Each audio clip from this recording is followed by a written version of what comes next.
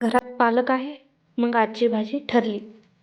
फक्त काही मिनिटात होणारी, पण चव रेस्टॉरंटला टक्कर देणारी पालक पातळ भाजी आपण बनवणार आहोत. नमस्कार मित्रांनो, मी शिवानी आणि आजची रेसिपी खूपच सोपी, हेल्दी आणि रोजच्या जेवणासाठी एकदम परफेक्ट आहे. चला तर सुरुवात करूया. सर्वात आधी आपण पालक तयार करून घेऊ. पालक हा नेहमी दांडासह येतो, त्यामुळे सर्व पानं आधी वेगळी काढा. पालक 2-3 पाण्यात नीट धुवा. पाने नेहमी खालीवर करत फिरवत धुतली तर माती व्यवस्थित निघते.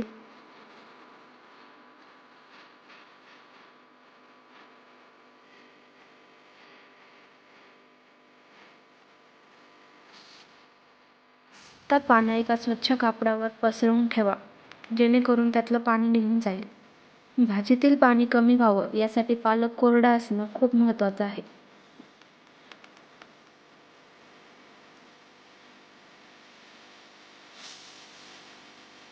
एकदा पानं वाळली की त्यांना बारीक चिरून घ्या.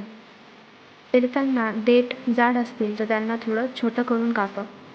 तुम्ही हवं असल्यास पानं आणि देठ दोन्हीही वापरू शकतात, कारण दोन्हीही पौष्टिक असतात.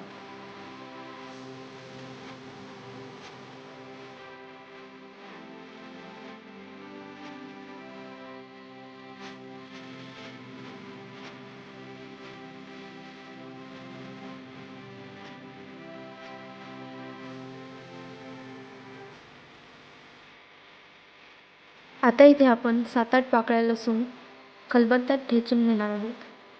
लसूण जर ठेचलेला वापरला तर भाजीला सुगंध छान येतो. आता आपण फोडणीसाठी साहित्य तयार करूया. एक मध्यम आकाराचा कांदा बारीक चिरून घेतलेला, अर्धा बारीक चिरलेला टोमॅटो, 1 चमचा हिरव्या मिरचीचा ठेचा, थोडासा गूळ. गूळ हा इथे ऑप्शनल आहे, तुम्ही पाहिजे असेल तर वापरू शकता. ठेचलेला लसूण.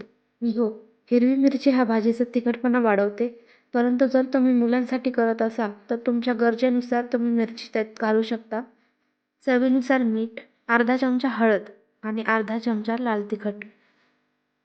आता इथे आपली कढई तापलेली आहे, तर आपण त्यात 2 चमचे तेल टाकून घेऊया.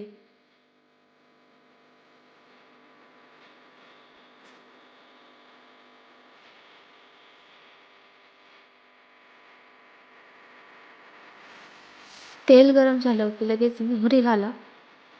मोहरी छान तडतडू लागली की लगेच जिरे घाला.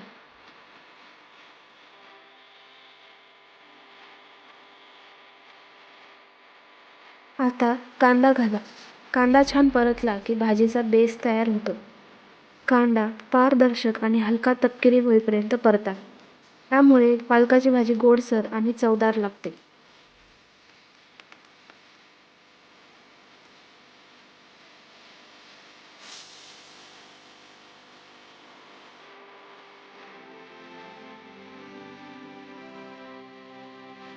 आपला कांदा आता छान परतला गेला आहे.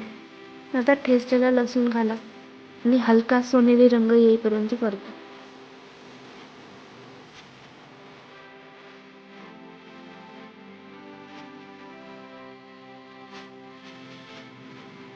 लसणाचा छान सुवास यायला लागल्यावर हिरवी मिरची घाला.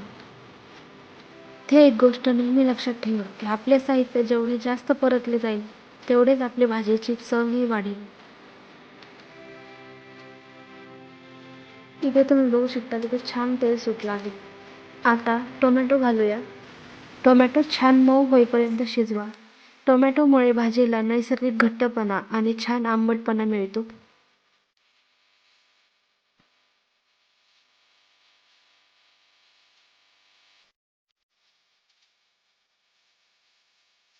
इथे मी थोडंसं मीठ टाकलेलं आहे, जेणेकरून आपला टोमॅटो हा पटकन शिजेल.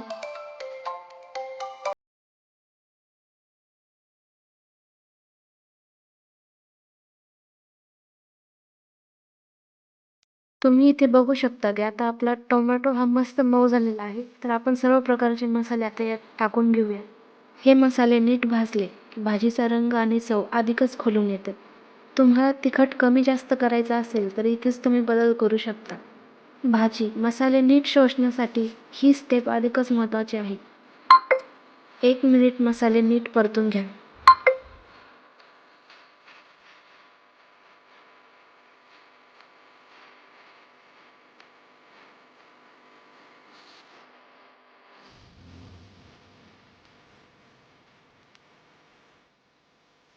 आता आपल्या रेसिपीतील हिरो म्हणजे पालक.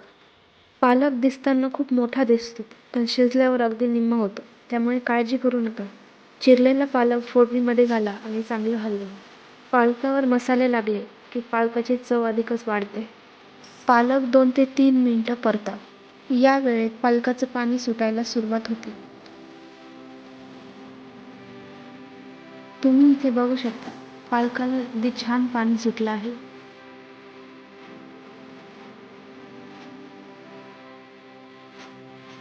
आता पाणी घालण्याची वेळ आली आहे. 1 ते 1.5 कप पाणी घाला. तुम्हाला भाजी किती पातळ हवी आहे त्यानुसार तुम्ही पाणी घालू शकता.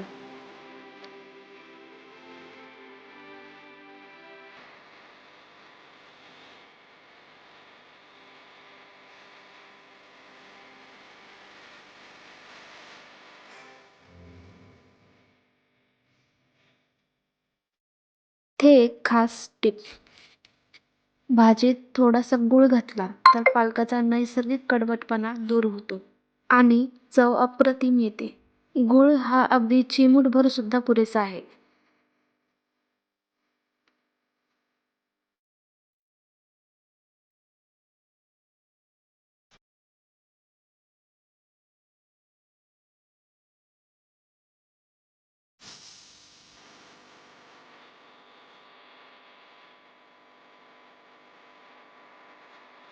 आता भाजीला एक चांगली उकळी येऊ द्या.